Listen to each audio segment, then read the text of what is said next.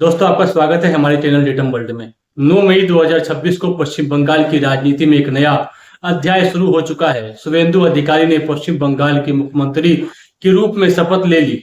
भाजपा के पहले मुख्यमंत्री के रूप में वे राजभवन में शपथ लेते हुए दिख रहे हैं। नंदीग्राम और भवानीपुर दोनों ही सीटों से जीत हासिल करने के बाद शुभेंदु अब बंगाल की सत्ता संभाल चुके हैं। 15 साल की ममता बनर्जी और तृणमूल कांग्रेस की सरकार का अंत हो चुका है। लेकिन आज जब शुभेंदु अधिकारी मुख्यमंत्री पद पर विराजमान है तो सवाल उठता है, उनका यह सफर कैसे शुरू हुआ, कहां से गुजरा और इस सफर में भ्रष्टाचार के जो गंभीर आरोप लगे उनका क्या हुआ। आइए विस्तार से समझते हैं। शुभेंदु अधिकारी उस वक्त मुख्यमंत्री बने जब 2026 के विधानसभा चुनाव में भाजपा ने भारी बहुमत हासिल किया। टीएमसी की सत्ता 15 साल बाद खत्म हुई। शुभेंदु ने न सिर्फ पारंपरिक सीट नंदीग्राम बचाई बल्कि भवानीपुर से ममता बनर्जी को सीधे मुकाबले में करारी हार दी। भाजपा विधायक दल ने उन्हें अपना नेता चुना और राज्यपाल ने उन्हें मुख्यमंत्री पद की शपथ दिलाई। यह बंगाल की राजनीति का एक बड़ा टर्निंग पॉइंट है। शुभेंदु अधिकारी का यह सफर आसान नहीं था।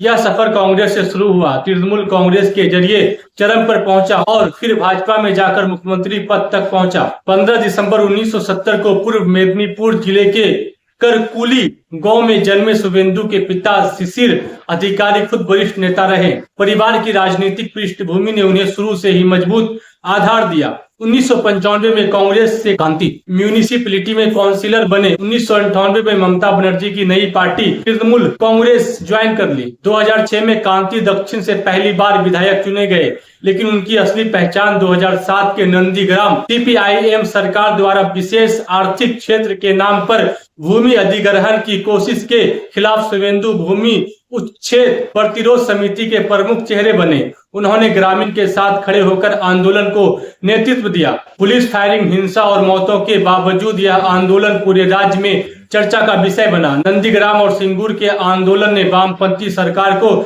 कमजोर किया और 2011 में ममता बनर्जी सत्ता में आई। शुभेंदु उस आंदोलन के हीरो के रूप में उभरे। 2009 और 2014 में तालमुख से लोकसभा सांसद चुने गए। 2016 में नंदीग्राम से विधायक बने और ममता सरकार में पहले परिवहन मंत्री, फिर सिंचाई मंत्री और हल्दिया डेवलपमेंट अथॉरिटी के चेयरमैन बने। टीएमसी में उनका कद बहुत ऊंचा था। ममता बनर्जी के सबसे भरोसेमंद और प्रभावशाली मंत्रियों में शुमार थे, लेकिन सत्ता के साथ आरोप भी जुड़ने लगे। सबसे चर्चित नारदा स्टिंग केस 2014 का है। पत्रकार मैथ्यू सैमुअल ने नारदा न्यूज के लिए स्टिंग ऑपरेशन किया, जिसमें कई टीएमसी नेताओं को फर्जी कंपनी के प्रतिनिधि से पैसा लेते दिखाया गया। शुभेंदु अधिकारी का वीडियो भी सामने आया। सीबीआई ने केस दर्ज किया। टीएमसी ने इसे राजनीतिक साजिश बताया, जबकि विपक्ष ने इसे भ्रष्टाचार का प्रमाण कहा। केस लंबा खींचा। दूसरा बड़ा आरोप शारदा चिटफंड घोटाले से जुड़ा। 2013 में फटेज घोटाले में शारदा ग्रुप के चेयरमैन सदीप्ता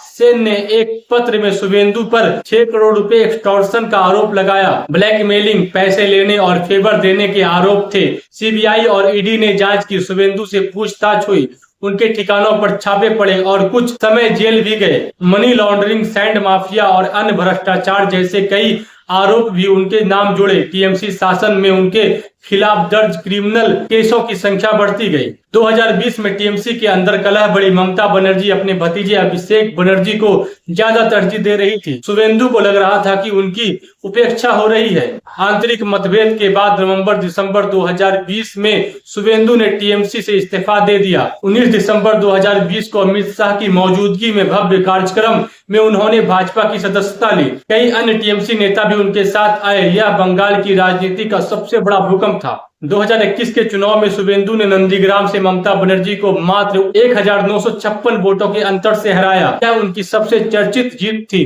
भाजपा विपक्ष में आई और शुभेंदु विधानसभा में नेता प्रतिपक्ष बने। अगले 5 साल में उन्होंने टीएमसी सरकार पर भर्ती घोटाला, संदेश खाली, प्रशासनिक भ्रष्टाचार और हिंसा जैसे मुद्दों पर लगातार हमला बोला। 2026 में भाजपा के जीत के बाद शुभेंदु मुख्यमंत्री बन गए। अब सबसे बड़ा सवाल यही है कि भाजपा ज्वाइन करने के बाद उनके ऊपर लगे पुराने भ्रष्टाचार के आरोप का क्या हुआ। नारदा स्टिंग केस और शारदा घोटाले जैसे बड़े केस में कार्रवाई की गति काफी धीमी पड़ गई। कई लोग इसे बीजेपी की वॉशिंग मशीन कहकर आलोचना करते हैं। उनका कहना है कि सत्ता पक्ष बदलते ही केंद्रीय एजेंसियां निष्क्रिय हो जाती है। दूसरी ओर शुभेंदु और उनके समर्थक कहते हैं कि पुराने आरोप पूरी तरह राजनीतिक बदले की भावना से लगाए गए थे, सबूत कमजोर थे, इसलिए केस आगे नहीं बढ़े। उन्होंने खुद कहा कि टीएमसी में भ्रष्टाचार था, वे उसी का विरोध करने भाजपा में आए। हालांकि भाजपा ज्वाइन करने के बाद उनके खिलाफ नए केस जरूर दर्ज हुए। अटेम्प्ट टू मर्डर, दंगा, चुनावी हिंसा आदि 2026 के चुनावी हलफनामे में उनके खिलाफ कुल 25 से 29 क्रिमिनल केस तय गए। इनमें से ज्यादातर 2020 के बाद के हैं। शुभेंदु अधिकारी का पूरा सफर भारतीय राजनीति की हकीकत को दर्शाता है। आज वे मुख्यमंत्री हैं, कल क्या होगा यह समय बताएगा। क्या वे बंगाल में विकास, कानून व्यवस्था, रोजगार और भ्रष्टाचार मुक्त प्रशासन ला पाएंगे, या पुराने आरोपों का साया उनके कार्यकाल पर भी मंडराता रहेगा। नंदीग्राम के आंदोलनकारी से मुख्यमंत्री बनने तक का यह सफर दिखाता है कि राजनीति में वफादारी, अफसर और सत्ता कैसे बदलती रहती है। कोई अस्थायी दोस्त या दुश्मन नहीं होता, सिर्फ अस्थायी हित होते हैं। बंगाल की जनता अब नई सरकार से नई उम्मीदें लगाए बैठी है। देखना होगा कि शुभेंदु अधिकारी का यह नया सफर राज्य के लिए क्या लेकर आता है। सब कुछ समय तय करेगा। थैंक्स।